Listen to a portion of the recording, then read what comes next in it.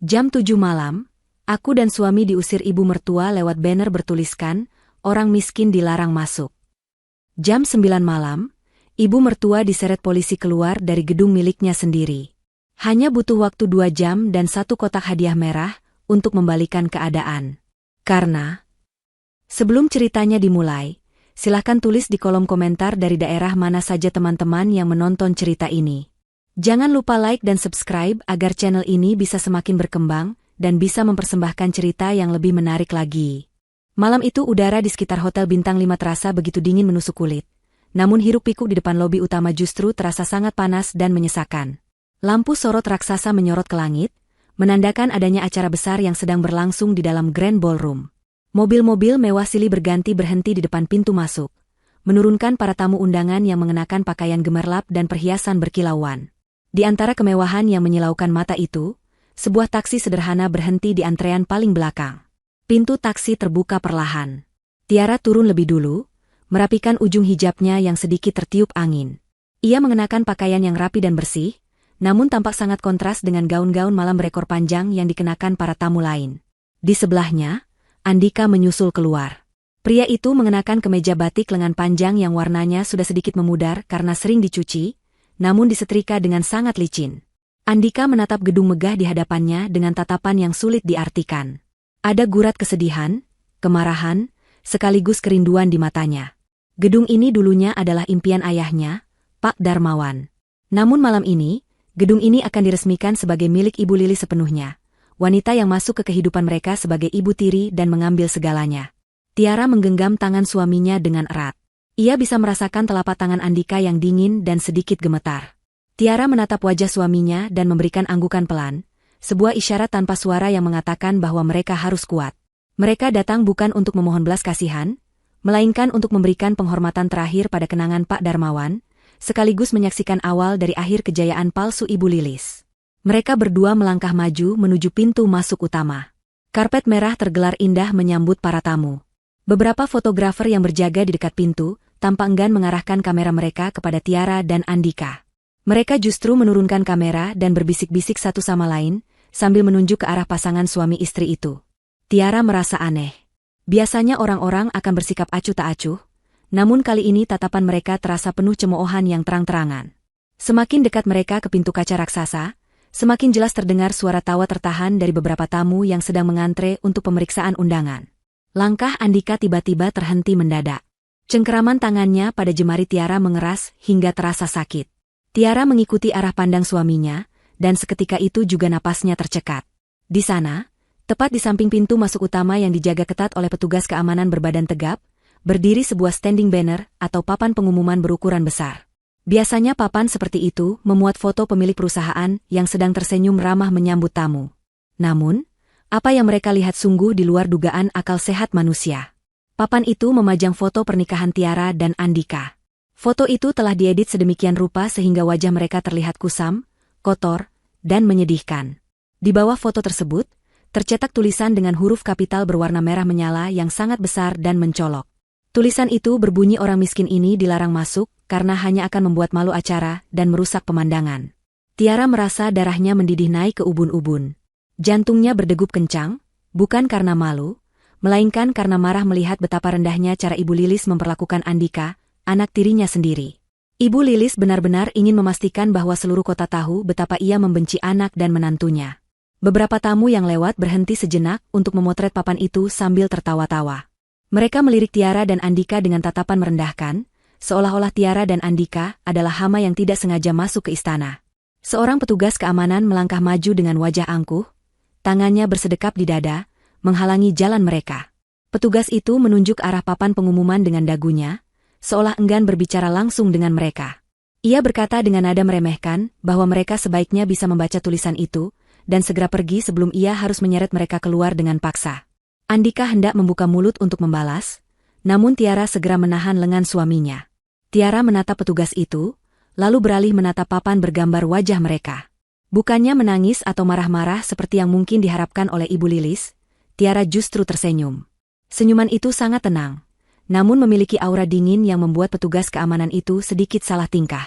Tiara merogoh tas tangannya dan mengeluarkan sebuah kotak berukuran sedang yang dibungkus dengan kain beludru berwarna merah tua. Kotak itu terlihat mewah dan elegan, sangat berbeda dengan penampilan sederhana mereka malam itu. Tiara menyodorkan kotak itu kepada petugas keamanan. Ia berkata dengan suara yang lantang dan jelas, sehingga para tamu di sekitar mereka bisa mendengarnya. Tiara meminta tolong agar kotak itu diserahkan langsung ke tangan Ibu Lilis di atas panggung nanti. Ia mengatakan bahwa itu adalah hadiah spesial dari anak dan menantu yang katanya miskin ini, sebagai tanda ucapan selamat atas peresmian perusahaan. Tiara menambahkan pesan agar Ibu Lilis membukanya di depan semua orang, karena isinya sangat berharga dan akan menjadi kejutan yang tidak terlupakan. Petugas keamanan itu ragu sejenak, namun melihat wibawa yang terpancar dari mata Tiara, ia akhirnya menerima kotak itu dengan kasar. Setelah menyerahkan kotak itu, Tiara menarik tangan Andika untuk berbalik. Mereka tidak menoleh lagi ke belakang, tidak mempedulikan bisik-bisik dan tawa renyah yang mengiringi kepergian mereka. Andika berjalan dengan rahang mengeras, namun ia menurut pada istrinya. Mereka meninggalkan area hotel mewah itu, berjalan kaki menyusuri trotoar yang sepi menuju jalan raya. Andika akhirnya buka suara dengan nada bergetar menahan amarah. Ia bertanya mengapa Tiara mencegahnya merobek papan itu. Tiara hanya menggeleng pelan dan menjawab bahwa papan itu justru akan menjadi bukti betapa buruknya hati Ibu Lilis di mata publik nanti, dan kemarahan tidak akan menyelesaikan apa-apa karena kehancuran yang sesungguhnya sudah ada di dalam kotak merah tadi. 2 jam kemudian, suasana di sekitar mereka sudah berubah drastis. Tidak ada lagi lampu kristal atau karpet merah. Tiara dan Andika kini duduk berhadapan di sebuah warung tenda pinggir jalan yang menyajikan pecel lele. Asap pembakaran ikan mengepul di udara, bercampur dengan suara bising kendaraan yang lalu lalang. Mereka makan dengan lahap, seolah beban berat baru saja terangkat dari pundak mereka. Andika menatap istrinya dengan penuh rasa kagum. Di balik kelembutan Tiara, tersimpan kekuatan yang luar biasa. Andika merasa bersalah karena selama ini ia harus berpura-pura lemah dan membiarkan istrinya dihina, demi rencana besar yang mereka susun bersama. Tiba-tiba, ponsel tua milik Andika yang tergeletak di atas meja bergetar hebat. Layarnya menyala, menampilkan nama kontak yang sudah sangat lama tidak menghubunginya kecuali untuk memaki. Nama itu tertulis singkat yaitu Ibu. Andika dan Tiara saling berpandangan. Sudut bibir Tiara terangkat sedikit, membentuk senyuman tipis yang penuh arti. Ia menganggukkan kepala, memberi isyarat agar Andika mengangkat telepon itu, dan menyalakan mode pengeras suara. Andika menekan tombol hijau. Belum sempat ia mengucapkan satu kata pun, suara jeritan histeris langsung meledak dari seberang sana, memecahkan keheningan di antara mereka. Suara Ibu Lilis terdengar begitu panik, ketakutan, dan penuh amarah yang meledak-ledak. Wanita itu berteriak menanyakan apa yang sebenarnya telah Andika dan Tiara lakukan. Ia menjerit bahwa polisi baru saja datang dan menyegel seluruh gedung acara. Ibu Lilis berteriak histeris mengatakan bahwa peresmian perusahaannya gagal total dan para investor mengamuk. Andika hanya diam mendengarkan teriakan itu sambil terus menyantap makanannya dengan tenang, menikmati setiap detik kepanikan yang melanda ibu tirinya. Malam pembalasan telah resmi dimulai. 2 jam sebelum telepon Andika berdering di warung pecel lele, suasana di dalam Grand Ballroom Hotel masih penuh dengan gelak tawa dan denting gelas kristal. Ibu Lilis berdiri di atas panggung megah dengan gaun sutra yang harganya setara dengan sebuah rumah sederhana. Wajahnya dipoles riasan tebal yang menyembunyikan kerutan penuaan, membuatnya terlihat angkuh dan berkuasa. Ia memegang mikrofon dengan gaya yang sangat percaya diri, menatap ratusan tamu undangan yang terdiri dari pejabat, selebriti, dan investor asing. Dalam benaknya, malam ini adalah malam penobatan dirinya sebagai ratu bisnis kosmetik, menggantikan bayang-bayang mendiang suaminya, Pak Darmawan. Ibu Lilis baru saja selesai menyampaikan pidato pembukaan yang penuh dengan kebohongan tentang bagaimana ia membangun perusahaan ini dari nol dengan keringatnya sendiri. Tepuk tangan membahana memenuhi ruangan. Ia tersenyum puas, merasa bahwa dunia kini berada di bawah kakinya. Tiba-tiba, seorang petugas keamanan, orang yang sama yang mengusir Tiara dan Andika di depan pintu, berjalan tergesa-gesa mendekati panggung. Ia membawa sebuah kotak beludru merah di tangannya. Petugas itu naik ke panggung dan membisikkan sesuatu kepada pembawa acara. Pembawa acara tampak ragu sejenak, namun Ibu Lilis yang penasaran langsung memberi isyarat agar kotak itu diberikan kepadanya. Ibu Lilis menerima kotak merah itu dan mengangkatnya tinggi-tinggi. Ia berbicara melalui mikrofon dengan nada mengejek yang dibuat-buat. Ia mengatakan kepada para tamu bahwa anak tiri dan menantunya yang malang baru saja mengirimkan hadiah. Ia menyindir bahwa mungkin isinya adalah permohonan maaf atau barang murah yang mereka beli dari pasar loak. Para tamu tertawa mendengar candaan jahat itu. Ibu Lilis merasa di atas angin. Ia berpikir bahwa membuka hadiah murahan ini di depan umum akan menjadi hiburan tambahan untuk semakin mempermalukan Andika dan Tiara, sekaligus menegaskan status sosialnya yang jauh di atas mereka. Perlahan, Ibu Lilis membuka pita emas yang mengikat kotak itu. Ia membuka tutup kotaknya dengan gerakan dramatis. Namun, senyum mengejek di wajahnya seketika lenyap begitu ia melihat isi di dalamnya. Tidak ada perhiasan, tidak ada kue, dan tidak ada barang rongsokan. Di dalam kotak itu hanya terdapat 3 benda yang tersusun rapi, yaitu sebuah dokumen tua yang kertasnya sudah mulai menguning, sebuah flash disk berwarna hitam, dan sebuah cermin kecil yang kacanya retak 1000. Jantung Ibu Lilis berdegup kencang. Ia mengenali kop surat pada dokumen itu. Tangannya gemetar saat mengambil kertas tersebut. Itu adalah salinan legalisir dari sertifikat hak paten formula asli produk kosmetik yang sedang ia luncurkan malam ini. Di sana tertulis jelas bahwa pemilik sah dari formula tersebut adalah Pak Darmawan, dan hak warisnya jatuh sepenuhnya kepada Andika, bukan kepada perusahaan. Mata Ibu Lilis membelalak. Ia mencoba menyembunyikan kertas itu, namun rasa paniknya sudah terlihat jelas oleh para tamu yang duduk di barisan depan. Belum sempat Ibu Lilis berpikir untuk membuang kotak itu, tiba-tiba layar LED raksasa yang menjadi latar belakang panggung berkedip. Layar yang seharusnya menampilkan logo perusahaan itu tiba-tiba berubah menjadi hitam, lalu muncul tulisan loading. Rupanya, flash disk yang ada di dalam kotak itu bukan satu-satunya ancaman. Ada seseorang di ruang kontrol yang telah menyusupkan data dari flash disk tersebut ke sistem presentasi utama. Suara dengung keras terdengar dari pengeras suara, membuat para tamu menutup telinga. Detik berikutnya, sebuah video mulai berputar di layar raksasa itu. Kualitas gambarnya sangat jernih, rekaman CCTV dari beberapa tahun yang lalu. Dalam video itu, terlihat jelas sosok Ibu Lilis sedang berada di ruang kerja pribadi almarhum Pak Darmawan. Ia terlihat sedang membongkar brankas, mengambil tumpukan dokumen, dan memasukkan botol obat-obatan ke dalam tasnya dengan tergesa-gesa. Suara dalam rekaman itu juga terdengar jelas. Ibu Lilis sedang menelepon seseorang, mengatakan bahwa Pak Darmawan sudah terlalu lemah karena obat yang ia berikan, dan sebentar lagi semua aset akan menjadi miliknya. Keheningan yang mencekam melanda seluruh ruangan. Ratusan pasang mata menatap layar dengan horor, lalu beralih menatap Ibu Lilis yang berdiri mematung di atas panggung. Wajah wanita itu pucat pasi, seputih kapas. Ia menjatuhkan kotak merah yang dipegangnya. Cermin retak di dalam kotak itu terlempar keluar dan pecah berkeping-keping di lantai panggung, memantulkan bayangan wajah Ibu Lilis yang hancur. Pak Sutomo, investor utama yang duduk di meja paling depan, berdiri dengan wajah merah padam karena marah. Ia membanting gelas minumannya ke lantai hingga pecah berderai. Dengan suara menggelegar, Pak Sutomo berteriak menunjuk ke arah Ibu Lilis, menyebutnya sebagai penipu dan pembunuh. Teriakan itu memicu reaksi berantai. Para investor lain mulai berdiri dan berteriak menuntut penjelasan. Wartawan yang awalnya meliput kemewahan acara, kini berlarian mendekat ke panggung, menyalakan lampu kilat kamera mereka bertubi-tubi ke wajah Ibu Lilis yang ketakutan. Kekacauan tidak bisa dihindari. Ibu Lilis berusaha berteriak melalui mikrofon, mengatakan bahwa video itu palsu, bahwa itu semua adalah rekayasa anak tirinya yang iri hati. Namun, tidak ada yang mendengarkannya. Mikrofonnya justru dimatikan oleh teknisi suara yang sepertinya juga sudah muak.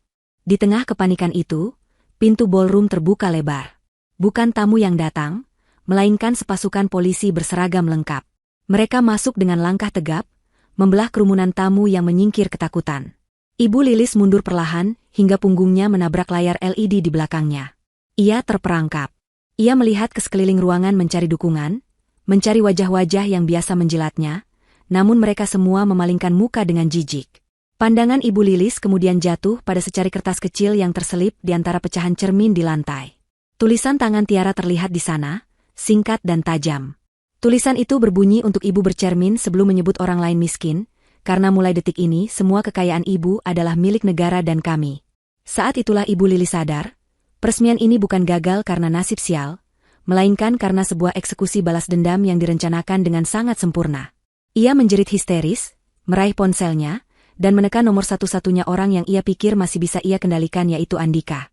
Kekacauan di dalam ruangan pesta itu semakin tidak terkendali seiring dengan berjalannya waktu. Para tamu undangan yang tadinya duduk rapi di kursi-kursi berlapis kain satin kini berhamburan tidak tentu arah, berusaha menjauh dari panggung utama seolah-olah tempat itu baru saja dijatuhi bom waktu yang siap meledak kapan saja. Gelas-gelas kristal pecah terinjak-injak oleh sepatu-sepatu mahal yang berlarian panik, menciptakan bunyi gemerincing yang menyakitkan telinga di antara teriakan-teriakan protes para investor. Polisi yang baru saja masuk segera menyebar membentuk barikade, memisahkan kerumunan yang marah dari Ibu Lilis yang masih berdiri gemetar di atas panggung. Wajah wanita yang biasanya angkuh itu kini basah oleh keringat dingin yang melunturkan bedak tebalnya, membuatnya terlihat seperti badut yang menyedihkan di tengah sirkus yang runtuh. Di layar raksasa, video masa lalu itu masih terus berputar, menampilkan adegan yang semakin lama semakin memberatkan posisi Ibu Lilis.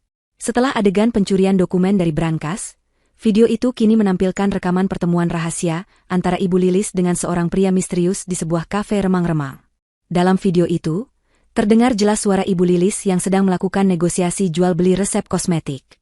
Ia dengan bangga mengatakan bahwa resep itu adalah hasil curian dari mendiang Pak Darmawan, dan ia ingin menjualnya kepada kompetitor dengan harga tinggi sebelum mematengkannya atas nama dirinya sendiri.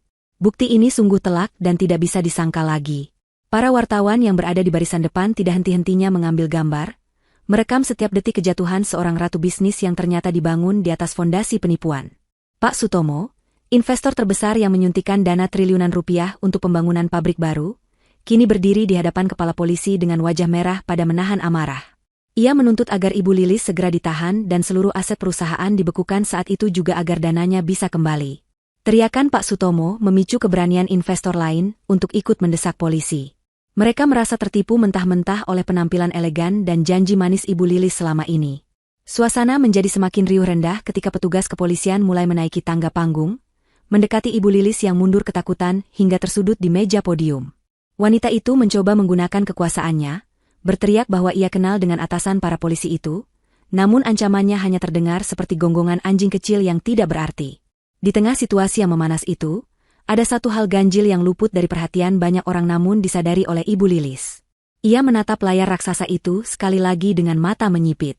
Video yang sedang diputar itu memiliki sudut pandang yang aneh. Itu bukan rekaman CCTV biasa yang terpasang di sudut atas ruangan. Kamera itu bergerak, sedikit bergoyang, dan posisinya sejajar dengan mata manusia. Seolah-olah ada seseorang yang memegang kamera itu sambil bersembunyi di balik celah lemari atau gorden ruangan kerja Pak Darmawan waktu itu. Kesadaran ini menghantam Ibu Lilis dengan keras.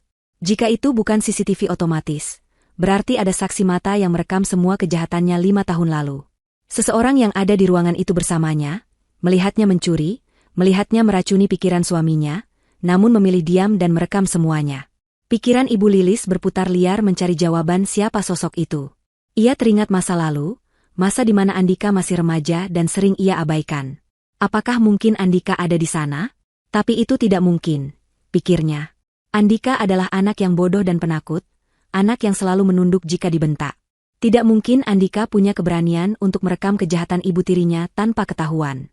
Namun, semakin ia menyangkal, semakin besar rasa takut itu merayap di punggungnya. Polisi membacakan hak-hak Ibu Lilis dengan suara lantang, sementara tangan wanita itu ditarik paksa untuk diborgol. Bunyi besi dingin yang mengunci pergelangan tangannya terdengar lebih mengerikan daripada suara petir di telinga Ibu Lilis.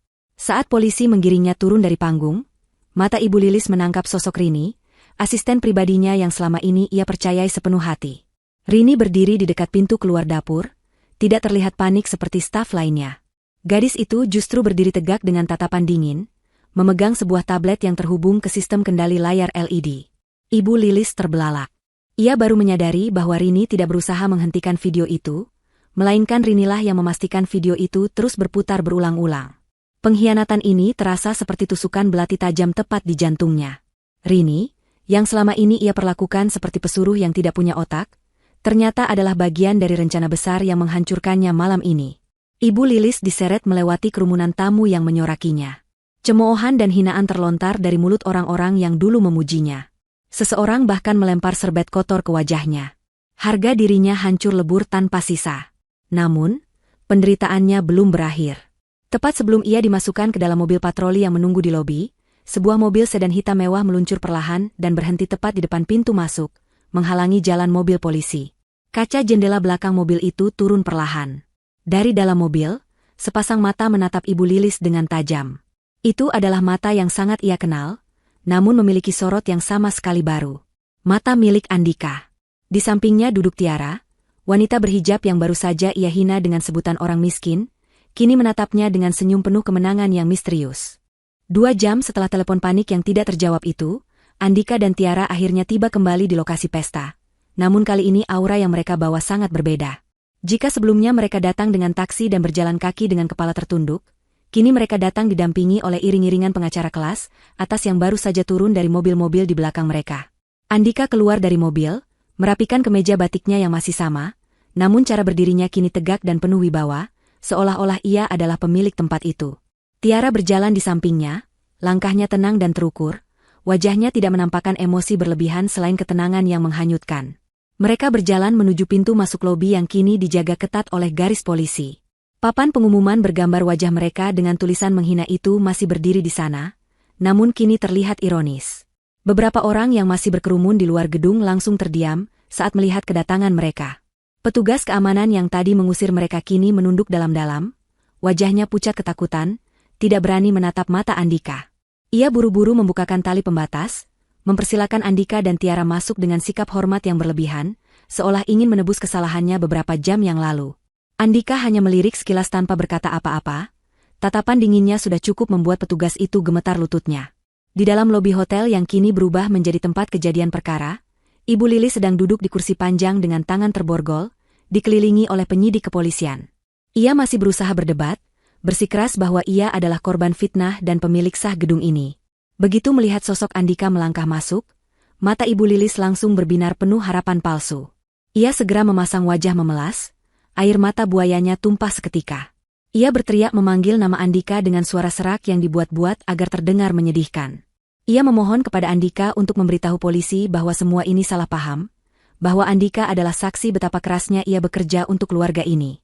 Andika berhenti tepat di hadapan ibu tirinya. Ia menatap wanita yang sedang menangis meraung-raung itu dengan ekspresi datar. Tidak ada rasa iba sedikit pun di hatinya. Ingatannya melayang pada masa-masa sulit saat ia dan Tiara diusir dari rumah utama, hanya dengan membawa pakaian yang melekat di badan.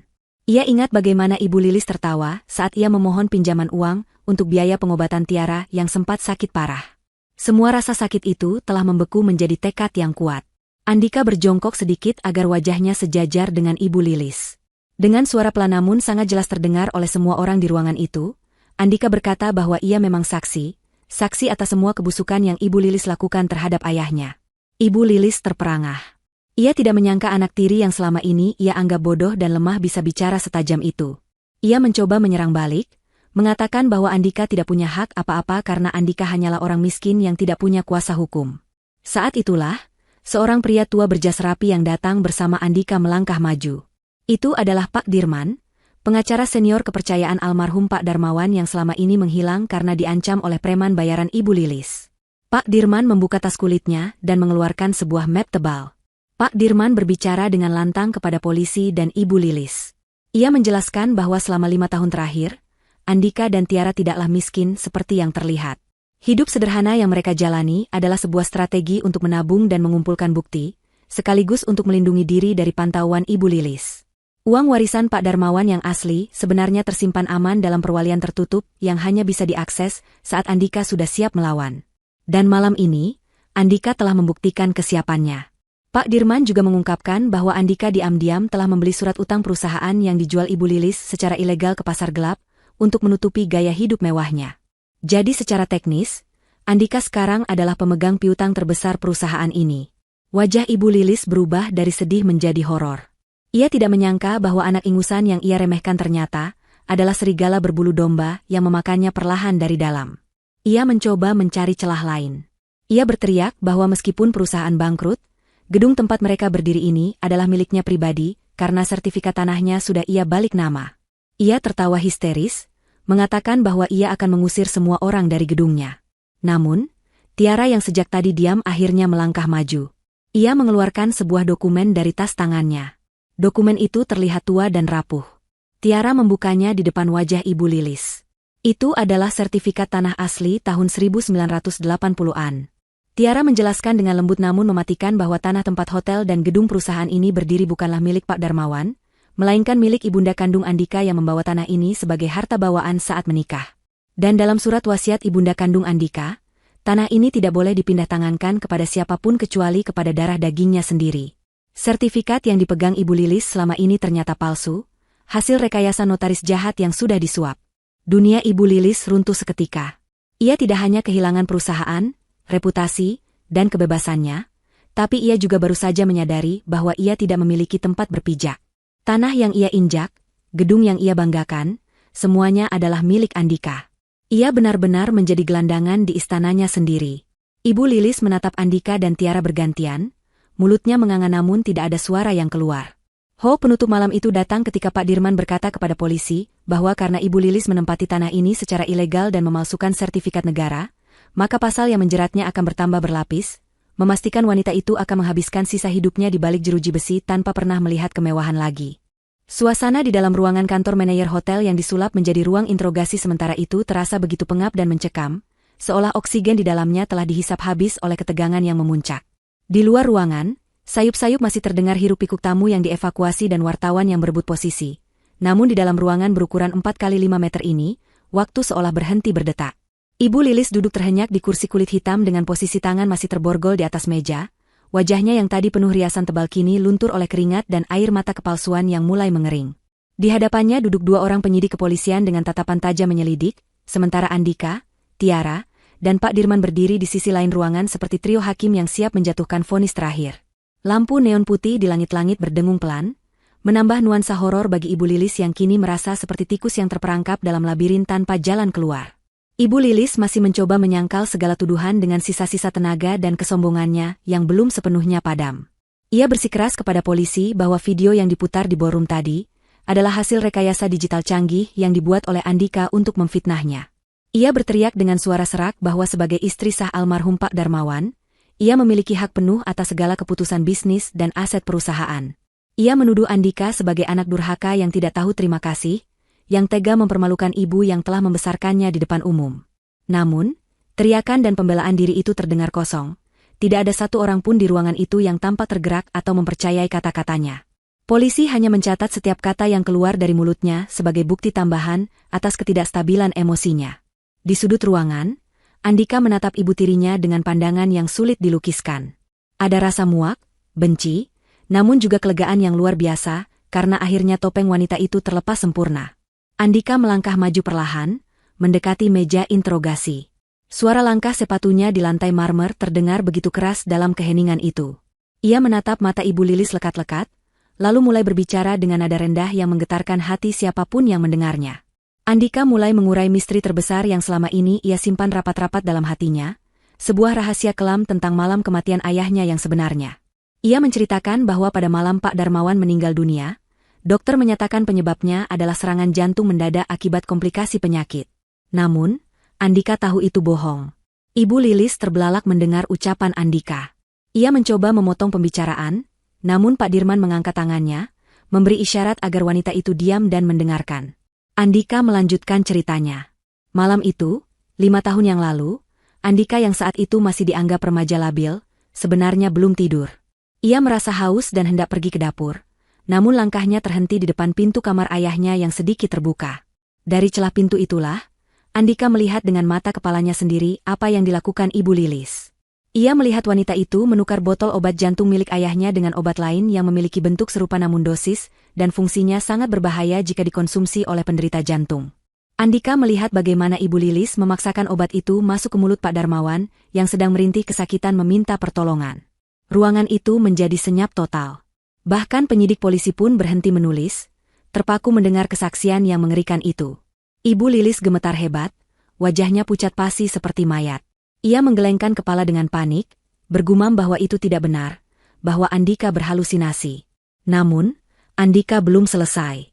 Ia mengeluarkan sebuah plastik kecil dari saku celananya. Di dalamnya terdapat sebuah botol obat kecil yang sudah kosong. Andika menjelaskan bahwa setelah ayahnya meninggal dan Ibu Lilis sibuk bersandiwara menangis di depan pelayat, Andika masuk ke kamar itu dan mengambil botol obat yang asli dari tempat sampah kamar mandi. Ia menyimpannya selama 5 tahun sebagai bukti, menunggu saat yang tepat untuk melakukan uji forensik. Dan hasil uji lab yang baru saja keluar seminggu lalu membuktikan bahwa sisa serbuk di botol yang diminum ayahnya adalah obat pemicu detak jantung berlebih, bukan obat penenang. Kenyataan ini menghantam Ibu Lilis lebih keras daripada pukulan fisik manapun. Ia tidak menyangka bahwa kejahatan sempurnanya memiliki saksi mata, dan saksi itu adalah anak tirinya sendiri yang selama ini ia anggap bodoh. Tiara, yang berdiri di samping Andika, mengusap punggung suaminya dengan lembut, memberikan kekuatan. Tiara tahu betapa berat beban yang ditanggung Andika selama bertahun-tahun, hidup satu atap dengan pembunuh ayahnya, harus berpura-pura hormat dan patuh demi keselamatan nyawanya sendiri, sambil menyusun rencana pembalasan. Ketabahan Andika adalah sesuatu yang luar biasa, dan malam ini semua pengorbanan itu terbayar lunas. Pak Dirman kemudian melangkah maju, meletakkan map tebal yang sejak tadi ia pegang ke atas meja. Ia membuka map itu dan memperlihatkan sebuah dokumen tua dengan materai yang masih utuh. Itu adalah surat wasiat asli Pak Darmawan yang dibuat seminggu sebelum kematiannya, surat yang selama ini disembunyikan Pak Dirman, karena ia tahu nyawanya terancam jika membukanya saat Ibu Lilis masih berkuasa penuh. Pak Dirman mulai membacakan klausul-klausul dalam wasiat tersebut dengan suara lantang dan jelas. Klausul pertama menyebutkan bahwa seluruh aset perusahaan, rumah, dan tanah adalah hak mutlak Andika sebagai pewaris tunggal. Namun, ada klausul khusus, sebuah klausul misteri yang ditulis tangan oleh Pak Darmawan sendiri di bagian akhir. Klausul itu berbunyi sangat spesifik. Pak Darmawan menulis bahwa jika di kemudian hari istrinya, Lilis, terbukti melakukan tindakan kriminal, menikah lagi, atau mencoba mengambil alih kepemilikan saham mayoritas dengan cara yang tidak sah, maka hak tempat tinggal dan tunjangan bulanannya akan dicabut seketika. Lebih jauh lagi, klausul itu menyatakan bahwa jika kematian Pak Darmawan terbukti tidak wajar, maka kuasa hukum berhak menuntut Lilis dengan pasal pembunuhan berencana dan seluruh aset yang mungkin sempat diatasnamakan Lilis harus kembali ke keluarga Darmawan tanpa proses pengadilan yang panjang. Klausul ini seolah-olah adalah pesan dari liang kubur, bukti bahwa Pak Darmawan sebenarnya sudah curiga bahwa istrinya memiliki niat jahat, namun ia tidak sempat bertindak sebelum ajal menjemput. Mendengar pembacaan klausul itu, pertahanan Ibu Lilis runtuh sepenuhnya. Ia menyadari bahwa ia tidak hanya kalah, tapi ia sudah tamat. Ia meraung menangis, kali ini tangisan ketakutan yang sesungguhnya. Ia mencoba memohon kepada Andika, bersujud di kaki anak tirinya itu meski terhalang oleh meja dan borgol. Ia memohon ampun, mengatakan bahwa ia hilaf, bahwa ia melakukan itu karena terdesak hutang judi di masa lalu. Ia meminta Andika mengingat masa-masa indah saat mereka makan bersama, mencoba memanipulasi perasaan Andika. Namun, Andika hanya menatapnya dingin. Tidak ada lagi rasa kasihan. Bagi Andika, wanita di depannya bukan lagi ibunya, melainkan monster yang telah merenggut kebahagiaan keluarganya. Polisi akhirnya berdiri, menarik paksa Ibu Lilis untuk berdiri.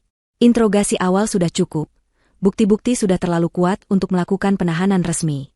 Andika memberikan anggukan kepada polisi, mempersilakan mereka membawa wanita itu. Saat Ibu Lilis diseret keluar ruangan menuju mobil tahanan yang akan membawanya ke kantor polisi pusat, ia sempat menoleh ke belakang, menatap Andika dan Tiara untuk terakhir kalinya. Tatapan itu penuh dengan penyesalan dan kebencian yang bercampur aduk. Pintu ruangan tertutup, meninggalkan Andika, Tiara, dan Pak Dirman dalam keheningan yang melegakan. Andika menghembuskan napas panjang, beban 5 tahun itu akhirnya terangkat dari dadanya. Tiara tersenyum bangga, memegang tangan suaminya, tahu bahwa babak baru kehidupan mereka akan segera dimulai. Namun sebelum itu, mereka harus menyaksikan kehancuran total kerajaan palsu Ibu Lilis di luar sana. Sementara drama hukum dan pengungkapan masa lalu terjadi di ruang tertutup, di dunia luar, badai yang jauh lebih besar sedang mengamuk dengan dahsyat. Foto standing banner yang memuat wajah Andika dan Tiara dengan tulisan, "Orang miskin ini dilarang masuk," telah menyebar dengan kecepatan cahaya di jagat maya. Salah satu tamu undangan yang hadir di awal acara sempat memotretnya dan mengunggahnya ke media sosial dengan caption sindiran pedas tentang kesombongan Ibu Lilis. Dalam hitungan kurang dari 2 jam, unggahan itu telah dibagikan ratusan ribu kali, memicu kemarahan netizen di seluruh penjuru negeri. Tagar boikot perusahaan Lilis dan karma orang sombong menjadi trending topik nomor 1, mengalahkan berita politik nasional. Netizen yang terkenal dengan kemampuan detektifnya mulai bergerak cepat. Mereka tidak hanya menghujat kesombongan Ibu Lilis, tapi juga mulai menggali rekam jejak digital perusahaan tersebut. Foto-foto lama Ibu Lilis yang sedang berlibur mewah saat karyawan pabriknya demo menuntut gaji, video-video pendek saat ia membentak pelayan restoran, hingga kesaksian para mantan karyawan yang dipecat sepihak, semuanya bermunculan ke permukaan. Narasi, orang miskin dilarang masuk, yang awalnya ia tujukan untuk menghina Andika dan Tiara, kini berbalik menjadi senjata makan tuan yang paling mematikan. Netizen membuat meme kreatif yang mengubah wajah Ibu Lilis menjadi badut dengan tulisan, "Penipu dilarang hidup tenang." Reputasi yang ia bangun bertahun-tahun dengan pencitraan palsu hancur lebur, hanya dalam hitungan menit. Dampak dari viralnya kasus ini tidak hanya berhenti di media sosial, tapi langsung menghantam sektor finansial perusahaan secara nyata dan brutal. Di bursa saham, meskipun perusahaan Ibu Lilis belum go public secara penuh, para mitra bisnis dan pemegang obligasi swasta yang melihat berita ini langsung panik. Telepon di kantor pusat perusahaan berdering tanpa henti, Namun tidak ada yang mengangkat karena sebagian besar staf sudah kabur menyelamatkan diri. Bank-bank besar yang memberikan pinjaman modal kerja langsung mengirimkan notifikasi pembekuan aset dan rekening perusahaan, karena adanya indikasi penipuan dan kasus kriminal berat yang melibatkan pemilik utama. Sistem perbankan otomatis memblokir kartu kredit korporat dan pribadi Ibu Lilis, menjadikannya miskin mendadak di tengah kemewahannya. Kembali ke lokasi pesta, suasana di ballroom hotel kini lebih mirip kapal pecah daripada tempat perayaan. Sebagian besar tamu sudah pulang dengan perasaan dongkol, namun para vendor acara masih tertahan di sana. Pemilik catering, dekorator bunga, penyewaan sound system, hingga pengisi acara hiburan kini berkumpul di lobi dengan wajah panik. Mereka mendengar kabar bahwa rekening Ibu Lilis dibekukan, yang artinya bayaran mereka untuk acara megah malam ini terancam tidak cair. Mereka mulai berteriak-teriak mencari penanggung jawab. Manajer hotel yang kewalahan mencoba menenangkan massa, namun emosi sudah tersulut. Beberapa kru catering mulai membereskan makanan-makanan mewah yang belum sempat disentuh, membungkusnya kembali dengan kasar, menolak menyajikannya untuk siapapun yang tersisa dari pihak Ibu Lilis. Di tengah kekacauan itu, Rini, sang asisten pribadi yang ternyata adalah sepupu Tiara, berjalan santai keluar dari ruang kontrol audio-visual. Ia memegang sebuah tas besar berisi dokumen-dokumen penting yang ia selamatkan sebelum polisi menyegel kantor administrasi. Rini berpapasan dengan beberapa staf loyal Ibu Lilis yang masih kebingungan. Staf-staf itu bertanya kepada Rini apa yang harus mereka lakukan. Namun Rini hanya tersenyum dingin dan menyerahkan surat pengunduran dirinya yang sudah ia siapkan sejak lama. Ia berkata kepada mereka bahwa kapal ini sudah karam, dan sebaiknya mereka menyelamatkan diri masing-masing sebelum ikut terseret ke dalam masalah hukum. Pengakuan Rini ini menyebar cepat di kalangan karyawan, membuat sisa-sisa loyalitas mereka kepada Ibu Lilis lenyap seketika. Kehancuran fisik gedung acara pun mulai terasa.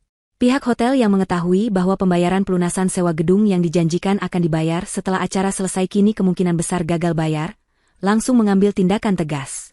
Mereka mematikan aliran listrik utama ke ballroom untuk menghemat biaya operasional dan sebagai bentuk pemaksaan pengosongan tempat. Lampu-lampu kristal megah padam seketika, digantikan oleh lampu darurat yang remang-remang. Pendingin ruangan berhenti berdesing, membuat udara di dalam ruangan besar itu menjadi panas dan pengap dengan cepat. Bunga-bunga impor mahal yang menghiasi panggung mulai layu karena panas, seolah melambangkan kematian kejayaan Ibu Lilis. Di pintu belakang hotel, tempat biasanya para staf membuang sampah, terjadi pemandangan yang ironis. Ibu Lilis yang sedang digiring polisi melewati jalur khusus agar tidak diamuk massa di lobi depan, harus melewati tumpukan sampah sisa dekorasi pestanya sendiri. Ia melihat potongan-potongan styrofoam namanya yang patah terinjak sepatu. Saat ia hendak dimasukkan ke dalam mobil polisi, matanya menangkap sebuah kertas karton yang ditempel asal-asalan di pintu besi jalur keluar itu. Kertas itu sepertinya ditempel oleh Tiara, atau mungkin Rini sebelum acara dimulai. Di sana tertulis dengan spidol hitam tebal, pencuri dilarang keluar, kecuali menuju penjara. Ibu Lilis merasa dadanya sesak. Ia ingin muntah. Hinaan ini jauh lebih menyakitkan daripada tamparan fisik. Ia yang tadinya melarang orang miskin masuk lewat pintu depan, kini justru diusir keluar lewat pintu sampah dengan status sebagai tahanan hina. Ponselnya yang sudah disita polisi terus bergetar di dalam kantong barang bukti, layar depannya menyala menampilkan ribuan notifikasi kebencian dari seluruh dunia. Ia sendirian, benar-benar sendirian di tengah keramaian yang memusuhinya. Tidak ada uang, tidak ada kuasa, tidak ada keluarga. Karma telah datang bukan dengan cara mengetuk pintu, melainkan dengan mendobrak seluruh dinding pertahanannya hingga rata dengan tanah. Sementara itu, dari kejauhan, Andika dan Tiara menyaksikan mobil polisi itu membawa pergi Ibu Lilis membelah kerumunan wartawan. Cahaya lampu strobo biru merah memantul di wajah mereka. Tiara merogoh tasnya, mengambil ponsel, dan membuka aplikasi perbankan perusahaan yang aksesnya baru saja dipulihkan oleh Pak Dirman atas nama Andika. Saldo di sana memang kosong karena dikuras Ibu Lilis, namun aset tanah dan gedung kini aman. Tiara menunjukkan layar ponselnya pada Andika, bukan tentang uang, tapi sebuah artikel berita online yang baru saja tayang dengan judul besar, "Runtuhnya Ratu Kosmetik Palsu, Ahli Waris Sah Ambil Alih Kendali." Andika tersenyum, kali ini senyum yang tulus dan lepas. Malam yang panjang dan melelahkan ini akhirnya mencapai puncaknya. Namun ini bukanlah akhir cerita, melainkan awal dari pembersihan sisa-sisa kekacauan yang ditinggalkan oleh ibu tirinya. Setelah drama penangkapan di lobi hotel yang mencekam, situasi belum sepenuhnya mereda. Polisi memutuskan untuk menahan Ibu Lilis sementara waktu di salah satu ruang keamanan hotel yang terletak di lantai dasar. Hal ini dilakukan karena massa di luar gedung semakin tidak terkendali dan berisiko membahayakan keselamatan tersangka jika langsung dibawa keluar melalui pintu depan. Ruangan itu sempit, berbau apek, dan minim ventilasi. Ironis sekali, hanya beberapa jam yang lalu Ibu Lilis berdiri di panggung megah dengan pendingin ruangan yang sejuk, kini ia terkurung di ruangan yang biasanya digunakan untuk menginterogasi pencuri sendok atau tamu yang mabuk. Lebih parahnya lagi, aliran listrik di hotel itu telah diputus sepenuhnya oleh pihak manajemen sebagai langkah pengamanan aset, sehingga ruangan itu hanya diterangi oleh cahaya senter petugas polisi yang berjaga di luar pintu. Ibu Lilis duduk meringkuk di sudut ruangan di atas kursi besi yang dingin. Tangannya masih terborgol, membuat gerakannya terbatas dan menyakitkan. Napasnya memburu, dadanya sesak oleh campuran rasa takut dan amarah yang belum terlampiaskan. Di dalam kegelapan itu, otaknya bekerja keras mencari jalan keluar. Ia masih memiliki keyakinan naif bahwa uang dan koneksi bisa menyelamatkannya dari lubang jarum ini. Ia teringat pada beberapa nomor telepon pejabat dan pengacara hitam yang biasa membantunya membereskan masalah bisnis kotor. Namun, ponselnya telah disita. Ia butuh bantuan orang lain. Satu nama terlintas di benaknya, satu-satunya orang yang ia anggap masih setia padanya di gedung ini yaitu Rini, asisten pribadinya. Ibu Lilis mulai berteriak memanggil nama Rini. Ia memohon kepada polisi yang berjaga di depan pintu, agar mengizinkan asistennya masuk sebentar untuk membawakan obat pribadinya. Dengan alasan kemanusiaan karena Ibu Lilis terlihat sesak napas, polisi akhirnya mengizinkan Rini masuk, namun dengan pengawasan ketat dari luar pintu yang terbuka sedikit. Rini melangkah masuk ke dalam ruangan remang-remang itu. Wajah gadis itu terlihat samar dalam kegelapan, namun siluet tubuhnya tampak tegak dan tenang, sangat berbeda dengan Ibu Lilis yang berantakan. Melihat kedatangan Rini, mata Ibu Lilis langsung berbinar penuh harap. Ia segera berbisik dengan nada mendesak, meminta Rini untuk segera menghubungi Pak Hartono, seorang jaksa korup yang dulu pernah ia suap. Ia memerintahkan Rini untuk mengambil uang tunai yang tersimpan di brankas rahasia di rumah untuk membayar uang jaminan. Ibu Lilis berbicara dengan cepat dan otoriter, seolah-olah ia masih menjadi bos yang berkuasa, lupa bahwa borgol besi masih melingkar di tangannya. Ia bahkan sempat memaki Rini karena dianggap lambat merespons perintahnya. Ia berpikir Rini hanyalah gadis desa polos yang beruntung bisa bekerja padanya, gadis yang bisa ia bentak dan ia suruh melakukan apa saja. Namun, respons yang didapatkan Ibu Lilis sungguh di luar dugaan. Rini tidak bergerak, tidak mencatat perintah, dan tidak menunjukkan tanda-tanda ketakutan seperti biasanya. Gadis itu hanya berdiri diam, menatap majikannya dengan tatapan datar yang menusuk. Perlahan, Rini merogoh tas kerjanya. Bukan buku catatan atau ponsel yang ia keluarkan, melainkan sebuah alat perekam suara digital kecil berwarna hitam. Rini menekan tombol putar pada alat itu. Suara rekaman yang jernih memecah keheningan ruangan sempit itu. Itu adalah suara Ibu Lilis sendiri, direkam beberapa bulan yang lalu saat sedang berbicara di telepon di mobil pribadinya. Dalam rekaman itu, terdengar jelas suara Ibu Lilis yang sedang tertawa jahat. Ia berkata kepada lawan bicaranya bahwa ia akan memastikan Andika menjadi gelandangan seumur hidup. Ia juga menyebutkan rencana liciknya untuk menyingkirkan Andika jika anak tirinya itu berani menuntut harta warisan. Yang lebih mengejutkan, dalam rekaman itu Ibu Lilis juga menghina Rini. Ia menyebut Rini sebagai asisten bodoh yang mudah dibodohi dengan gaji kecil, dan berencana memecat Rini setelah semua urusan peresmian perusahaan selesai karena Rini dianggap terlalu banyak tahu rahasia perusahaan. Ibu Lilis ternganga mendengar rekaman itu. Ia menatap Rini dengan wajah pucat pasi. Ia tidak menyangka bahwa gadis pendiam yang selalu menunduk patuh itu ternyata merekam setiap percakapan rahasianya. Rini mematikan alat perekam itu dan menyimpannya kembali ke dalam tas. Kemudian, Rini melangkah maju mendekati Ibu Lilis. Jarak wajah mereka hanya tinggal beberapa sentimeter. Dengan suara yang tenang namun penuh penekanan, Rini akhirnya membuka identitas aslinya. Ia mengatakan bahwa ia bukanlah gadis desa sembarangan yang melamar kerja karena butuh uang. Ia adalah sepupu jauh dari Tiara, istri Andika yang selama ini Ibu Lilis hina. Rini menceritakan bagaimana 5 tahun lalu, Tiara datang padanya meminta bantuan.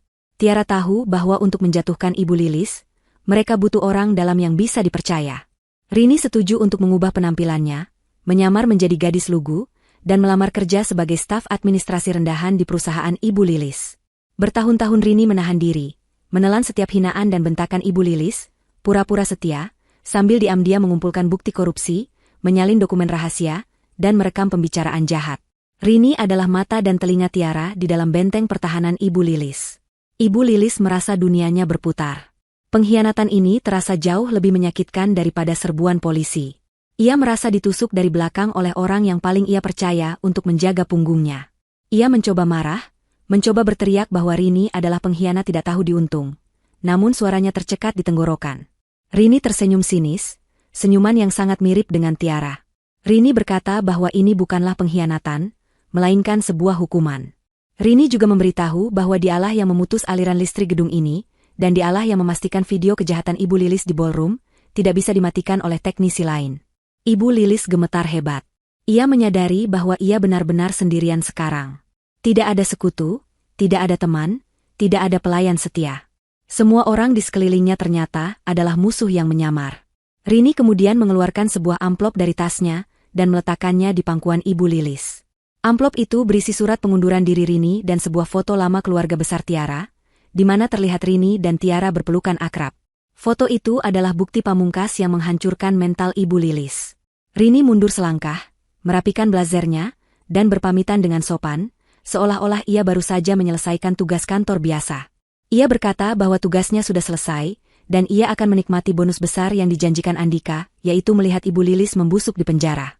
Rini berbalik dan berjalan keluar ruangan tanpa menoleh lagi, meninggalkan Ibu Lilis yang menangis histeris dalam kegelapan. Teriakan frustrasi Ibu Lilis menggema di dinding-dinding beton ruang keamanan, namun tidak ada yang peduli. Polisi di luar hanya menggelengkan kepala, menganggap wanita itu sudah gila. Di dalam benak Ibu Lilis, bayang-bayang wajah Rini, Tiara, dan Andika berputar-putar seperti hantu yang menertawakan kebodohannya. Ia yang merasa dirinya adalah pemain catur yang hebat, ternyata hanyalah bidak yang dimainkan oleh orang-orang yang ia remehkan. Malam itu, di ruangan gelap tanpa cahaya, kesombongan Ibu Lilis patah sepenuhnya, digantikan oleh rasa takut yang amat sangat akan masa depan yang suram. 1 jam kemudian, polisi memutuskan bahwa situasi di luar sudah sedikit lebih kondusif untuk memindahkan tahanan. Namun, ada masalah baru yang muncul.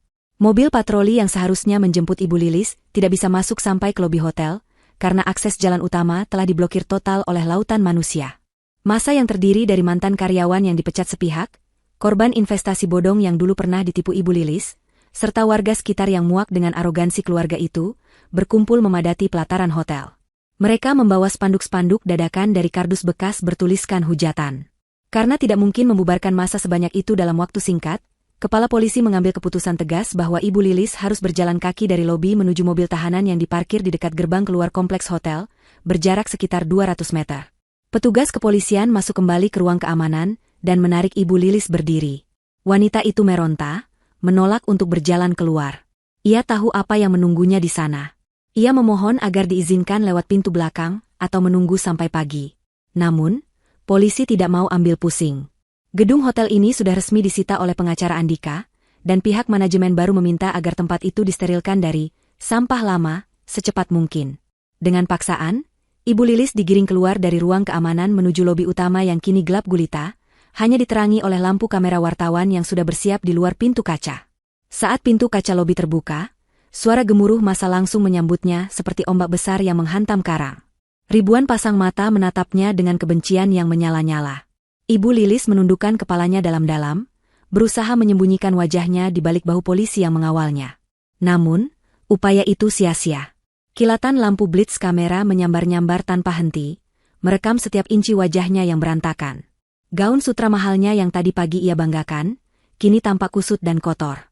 Sepatu hak tingginya yang satu patah saat ia diseret tadi, memaksanya berjalan terpincang-pincang dengan penampilan yang sangat menyedihkan. Baru beberapa langkah ia menapakkan kaki di aspal pelataran hotel, sebuah benda melayang dari arah kerumunan dan mengenai bahunya dengan keras. Plak! Itu adalah telur busuk. Bau anyir langsung menyeruak, menempel di gaun mewahnya. Lemparan itu seolah menjadi komando bagi massa lainnya. Hujan sampah pun dimulai. Botol plastik bekas, sisa makanan, tomat busuk, hingga bungkusan nasi basi beterbangan ke arahnya. Polisi kewalahan mencoba melindungi tahanan mereka dengan tameng, namun jumlah massa terlalu banyak. Ibu Lilis menjerit ketakutan setiap kali ada benda kotor yang mengenai tubuhnya. Cairan lengket dari sampah membasahi rambutnya yang sudah disasak rapi, membuat riasannya luntur menjadi topeng menyeramkan. Di antara kerumunan itu, Ibu Lilis mendengar teriakan-teriakan yang menyayat hati. Seorang ibu tua menerobos barisan polisi sambil menangis, berteriak menagih uang tabungan haji yang ditilep oleh perusahaan investasi bodong milik Ibu Lilis 5 tahun lalu. Seorang bapak parubaya yang memakai seragam satpam lusuh berteriak, bahwa ia dipecat tanpa pesangon saat istrinya sakit keras. Suara-suara itu bukan sekadar hujatan, melainkan jeritan kepedihan dari orang-orang yang hidupnya dihancurkan oleh keserakahan Ibu Lilis. Untuk pertama kalinya, Ibu Lilis dipaksa mendengar penderitaan yang selama ini ia abaikan. Karma tidak hanya menghukumnya secara hukum, tapi juga memaksanya merasakan penghinaan fisik dan mental di hadapan para korbannya. Perjalanan 200 meter menuju mobil polisi terasa seperti perjalanan melintasi neraka yang tak berujung. Kaki Ibu Lilis lecet dan berdarah, karena berjalan tanpa alas kaki yang layak di atas aspal kasar yang penuh sampah. Napasnya tersengal-sengal, air matanya bercampur dengan kotoran di wajahnya. Ia yang selalu jijik melihat orang miskin dan kotor, kini menjadi sosok yang paling kotor dan menjijikkan di tempat itu. Ia berharap bumi membelah dan menelannya saat itu juga. Rasa malunya sudah melampaui batas kemanusiaan. Ia ingin pingsan, tapi kesadarannya justru semakin tajam, memaksanya merekam setiap detik penyiksaan ini. Ketika akhirnya ia sampai di dekat gerbang keluar, mobil tahanan polisi sudah terlihat. Namun, di samping mobil polisi itu, ada sebuah pemandangan lain yang menarik perhatiannya. Sebuah mobil sedan hitam mengkilap terparkir dengan mesin menyala. Kaca jendela belakang mobil itu perlahan turun. Di dalamnya, duduk Andika dan Tiara. Mereka tidak keluar, tidak ikut melempar sampah, dan tidak berteriak. Mereka hanya duduk di sana, di dalam kenyamanan mobil ber-AC yang sejuk, bersih, dan wangi. Kontras yang sangat tajam dengan kondisi Ibu Lilis yang bau, kotor, dan dikerubungi lalat. Mata Ibu Lilis bertemu dengan mata Andika. Ia berharap melihat tatapan ejekan atau tawa kemenangan, karena itulah yang akan ia lakukan jika posisinya dibalik. Namun, Andika hanya menatapnya dengan tatapan datar, dingin, dan hampa. Tatapan itu jauh lebih menyakitkan daripada kemarahan. Itu adalah tatapan seseorang yang memandang orang asing yang tidak berarti apa-apa. Di samping Andika, Tiara menatapnya dengan wajah tenang, sedikit menyiratkan rasa kasihan, bukan kasihan karena sayang, tapi kasihan melihat betapa rendahnya derajat manusia yang serakah. Tiara kemudian menaikkan kaca jendela mobilnya perlahan, menutup akses pandangan Ibu Lilis, seolah-olah membuang Ibu Lilis dari kehidupan mereka untuk selamanya. Mobil sedan hitam itu kemudian melaju perlahan, membelah kerumunan yang dengan sukarela memberi jalan, karena menghormati Andika sebagai pemilik baru perusahaan yang berjanji akan melunasi hak-hak karyawan. Sementara itu, Ibu Lilis didorong masuk dengan kasar ke dalam mobil tahanan yang panas dan berbau keringat. Pintu besi dibanting tertutup, memisahkannya dari dunia luar. Di dalam kegelapan mobil tahanan, Ibu Lilis menangis tanpa suara. Bayangan mobil mewah Andika yang menjauh membawa serta sisa-sisa harga dirinya. Malam ini, di jalanan yang basah dan kotor, ia belajar arti kata, miskin, yang sesungguhnya. Bukan miskin harta, tapi miskin moral, miskin kasih sayang, dan kini, miskin harapan. Ia sendirian menuju sel penjara yang dingin, sementara orang-orang yang dulu ia injak kini melaju menuju masa depan yang cerah. Langit di atas kota Jakarta tampak begitu kelabu, seolah turut merasakan kesedihan dan kehancuran yang sedang melanda hidup Ibu Lilis.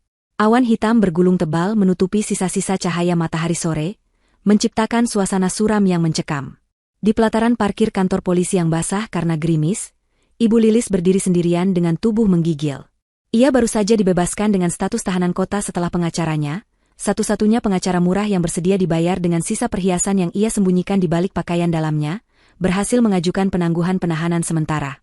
Namun, kebebasan ini terasa semu dan menyakitkan, lebih mirip sebuah hukuman lanjutan daripada sebuah anugerah. Tidak ada mobil mewah yang menjemputnya.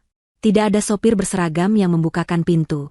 Bahkan tidak ada taksi yang mau berhenti untuknya, karena penampilannya yang kini tak ubahnya seperti gelandangan.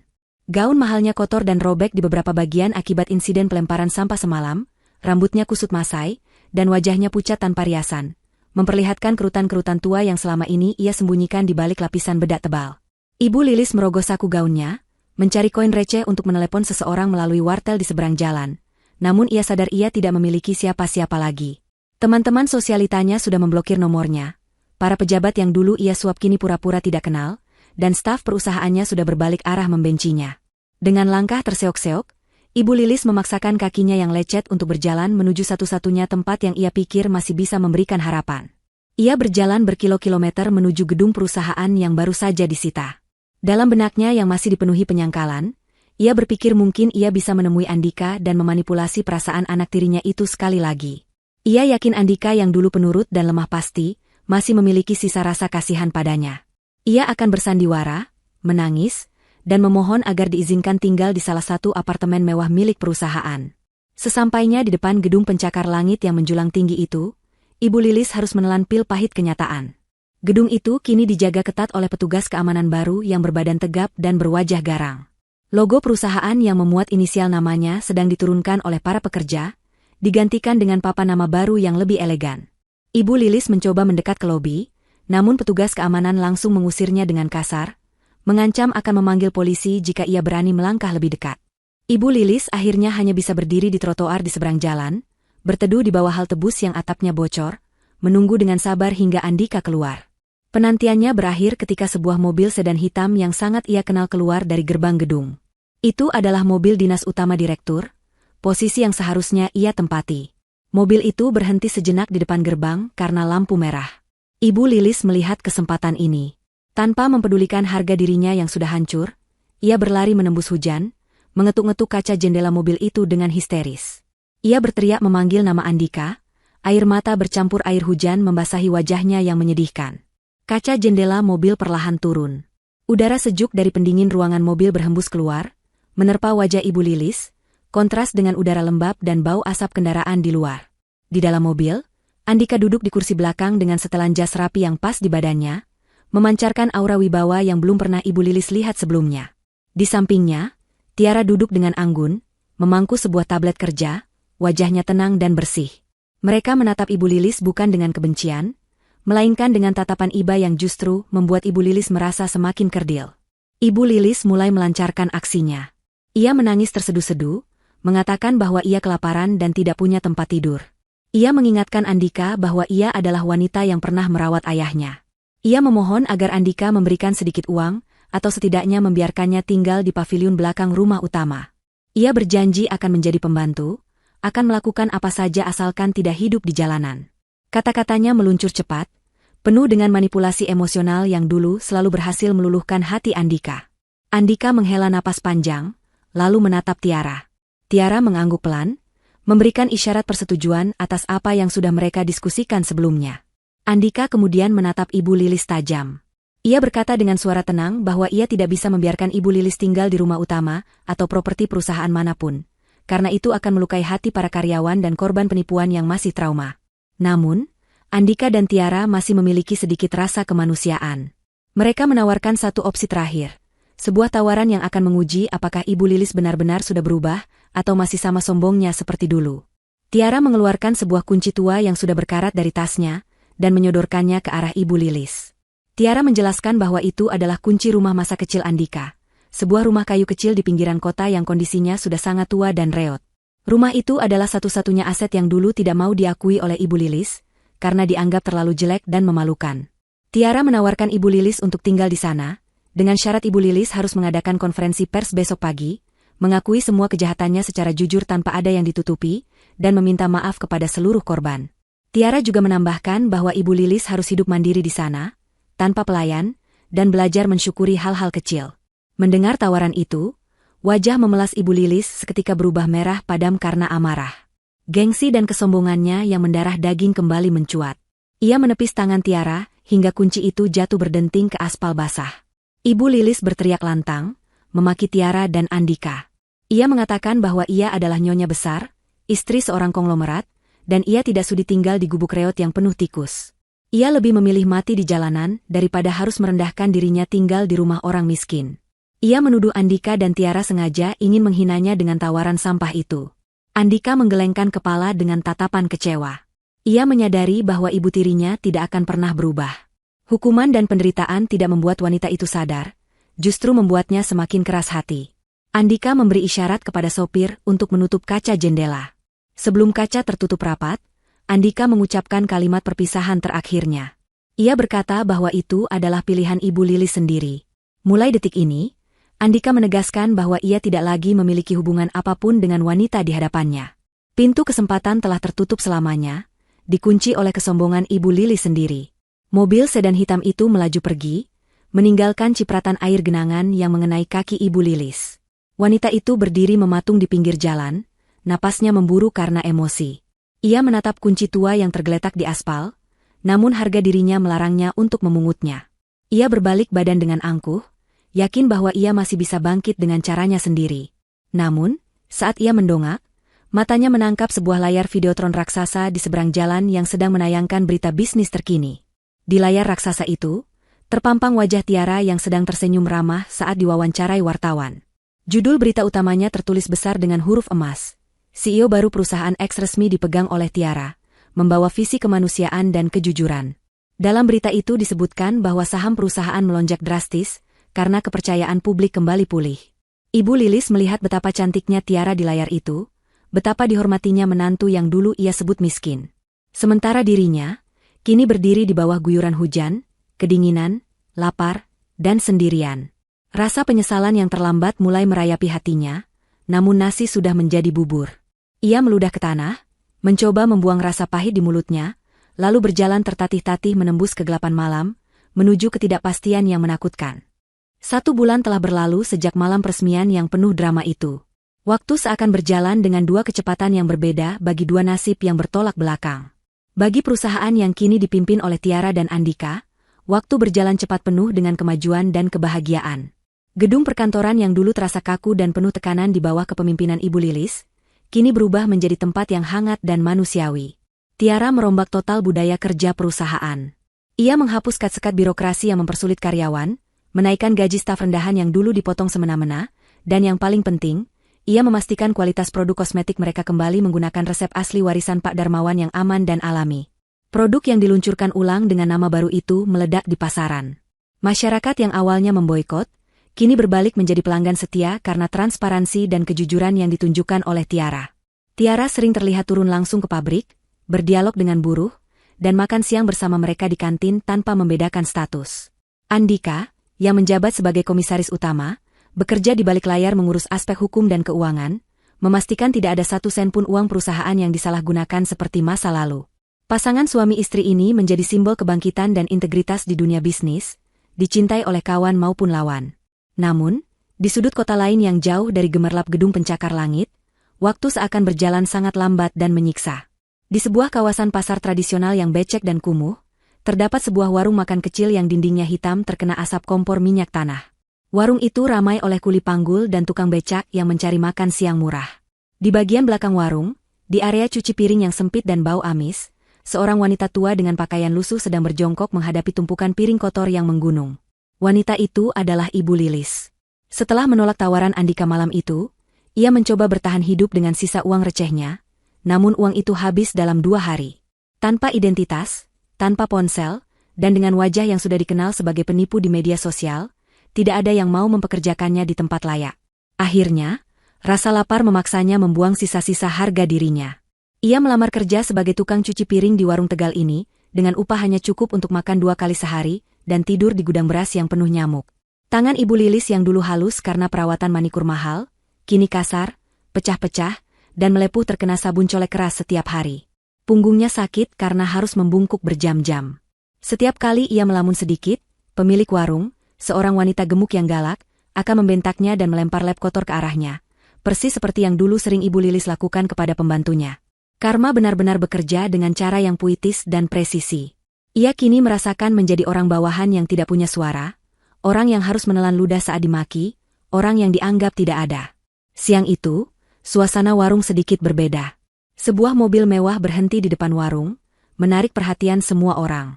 Pemilik warung buru-buru keluar menyambut tamu istimewa itu dengan wajah sumringah. Dari dapur yang hanya disekat tirai kain kumal, Ibu Lilis bisa mendengar suara yang sangat ia kenal. Jantungnya berdegup kencang. Ia mengintip sedikit dari celah tirai. Di sana, duduk di bangku kayu panjang warung itu, adalah Andika dan Tiara. Mereka datang dengan pakaian santai namun tetap terlihat berkelas. Rupanya, Tiara memiliki program amal rutin untuk membagikan makanan gratis di warung-warung kecil untuk kaum duafa, dan hari ini giliran warung tempat Ibu Lilis bekerja. Ibu Lilis menahan napas. Ia melihat pemilik warung membungkuk-bungkuk hormat kepada Tiara, memuji-muji kebaikan hati Tiara yang katanya seperti malaikat. Pemilik warung bercerita bahwa berkat bantuan modal dari yayasan milik Tiara, ia bisa merenovasi atap warungnya yang bocor. Tiara tersenyum ramah, menyalami tangan pemilik warung yang berminyak tanpa rasa jijik sedikitpun. Pemandangan ini menampar batin Ibu Lilis. Dulu, ia selalu jijik bersalaman dengan orang miskin, dan sekarang,